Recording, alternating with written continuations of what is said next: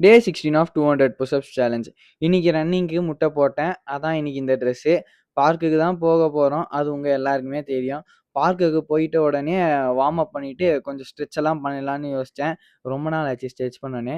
அ அதுக்கப்புறம் என்ன பண்ணலான்னு சொல்லிட்டு ஒரு குரங்கு வித்து ஒண்ணு ஞாபகம் வந்துச்சு. இந்த குரங்கு வித்த வந்து நான் ரொம்ப நாளா பண்ணணும்னு யோசிச்சேன். அது வேற எதுவும் இல்ல. தலைகீழ நிக்கிறது. AKA hand stand. அத பண்ணிட்டு நம்மளோட பழைய ரொட்டீனுக்கு போலான்னு தான். இதுல பாருங்க மொத்தம் 3 ட்ரை பண்ணேன். அதுல 3வது ட்ரை தான் நல்லா வந்துச்சு. நல்லா இருந்ததுன்னா, அடுத்த இந்த 30 நாள் சேலஞ்ச் முடிச்சோனே நம்ம அதுக்கான இதையும் போய் பண்ணலான்னு ஒரு தாட் யோசிச்சுக்கினே இருக்கேன். நல்லா இருந்ததுன்னா நீங்களும் சொல்லுங்க. அத நம்ம பண்ணிக்கலாம். இல்ல சைட்ல வேற ஏதாவது ஒர்க் அவுட் பண்ணலாம். அதுக்கப்புறம் நம்ம எப்பவும் போல பழைய ரொட்டீன் தான்.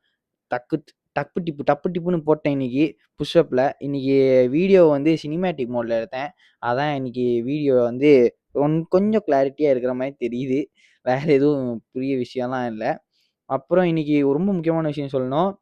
நான் இப்போ இந்த லெவலுக்கு வந்து நிக்கிறேன்னா, இவ்வளோ கன்சிஸ்டன்ஸியா போடுறேன்னா, அதுக்கு எல்லாத்துக்குமே காரணம் ஒன் அண்ட் ஒன்லி நீங்க மட்டும் தான். என் ஃபாலோவர்ஸ். வேற யாருமே இல்ல. ஏன்னா, உங்களால தான் என்னோட டிசிப்ளின், கன்சிஸ்டன்சி எல்லாமே பில்ட் ஆச்சு. நீங்க எனக்கு சப்போர்ட் பண்ற அந்த ஒரு விஷயம் தான் என்ன இவ்வளோ தூரம் இங்க இந்த 16 நாளுமே கொண்டு வந்திருக்கு. மேன்மேலும் கொண்டு போகும்னு நான் நம்புறேன். அதனால உங்க எல்லாருக்குமாக என்னோட காதல் ஏவுதல். இந்தாங்க வச்சுக்கோங்க எல்லாருக்குமே. அதுக்கப்புறம் இன்னைக்கான ஒர்க் அவுட்லாம் முடிச்சுட்டு போஸ்டிங் குடுத்துட்டேன். பிசிக்கல் அப்டேட்மெண்ட்டும் சூப்பரா இருக்குது. நெனச்சு பார்க்க கூட இல்ல. இவ்ளோ டெவலப் ஆகும்னு. நல்லா 16 நாள்லயே கொஞ்சம் ரிசல்ட்லாம் நல்லா காமிக்குது.